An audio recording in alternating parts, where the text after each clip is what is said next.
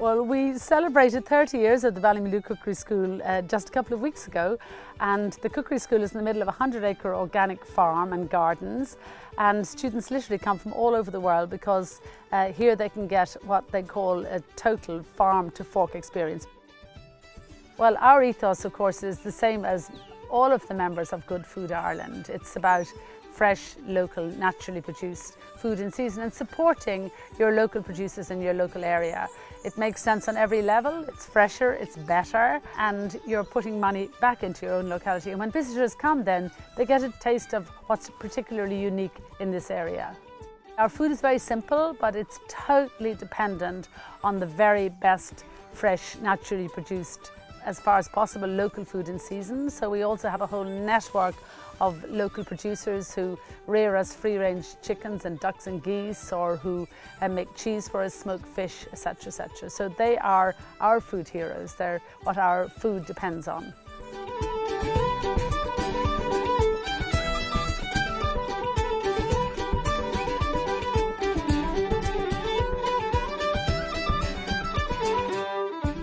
So I'm going to do one of my favourite puddings in the whole world. It's Carrageen moss pudding, and this is to give us a taste of our traditional food culture as well. I'm going to serve it with some fresh raspberries and crystallised rose petals.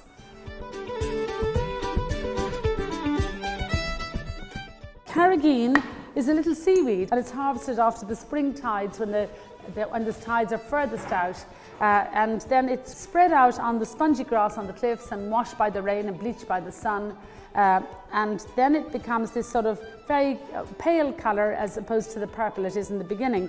It's very light, so it's difficult to measure it, and the amount I need for this Carrageen moss pudding is just what would fit into a closed fist like that. So just that amount is about 1/4 of an ounce. It takes 4 or 5 minutes for it to puff up again like this. So now you'll recognise it as something you might see while you're walking along the seashore. So just rinse that and then put that into about 1.5 pints of milk, of full milk, and then just cook this, warm this up, bring it up to the boil and let it simmer for about 20 minutes, by which time the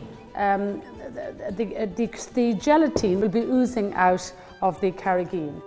I'll add in a vanilla pod into it, otherwise you could add a little pure vanilla extract afterwards if you want to.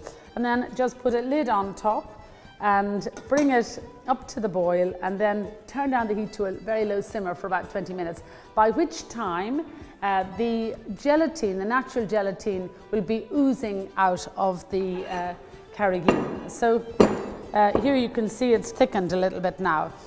So now I'm going to enrich it with an egg. So I'll separate the egg yolk from the egg white. I'll put the egg white in here. Oh, this is very exciting.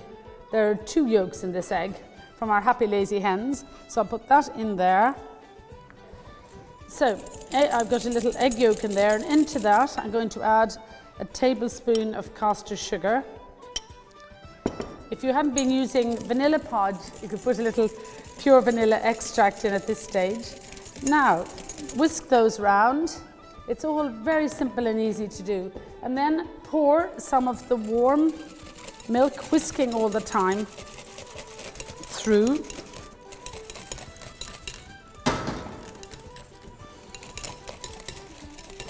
That. And now just push the thick jelly-like Carrageen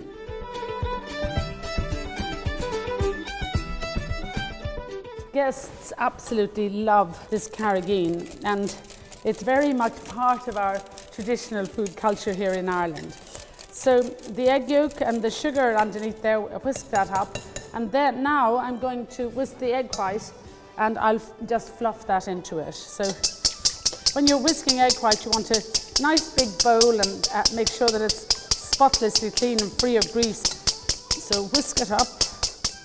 So when it's nice and stiff, then just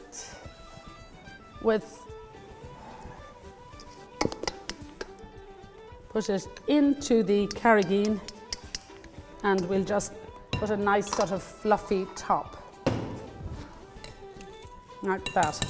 And now we'll spoon this into some, it could be a large, you could do a large bowl if you wanted to, or you can do some little individual bowls and let this cool then and let it set. I don't put enough Carrageen into it to have it stiff enough to turn it out, because what I want is a sort of lovely, soft, sort of wobbly, jelly-like texture. I'm going to decorate this then with some raspberries and some crystallized flowers. So I'll just show you very quickly how to crystallize flowers. Any edible flower will do. So this rose was named for my mother-in-law by Euratoke, and it's called Sweet Ballymaloe. I mean, how wonderful is that, to have a rose named after you?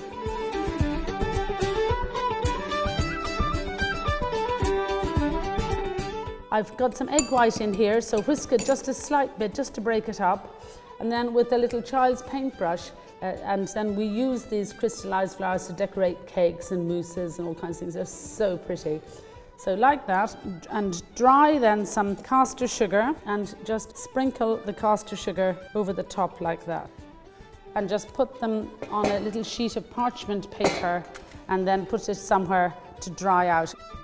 So these are just almost the last of our autumn raspberries from the fruit garden. And a few little crystallized rose petals. These are, of course, edible and crunchy and delicious, and then the tiniest little fresh mint sprig on top. So how delicious is that? That's Carrageen moss with raspberries and crystallized rose petals.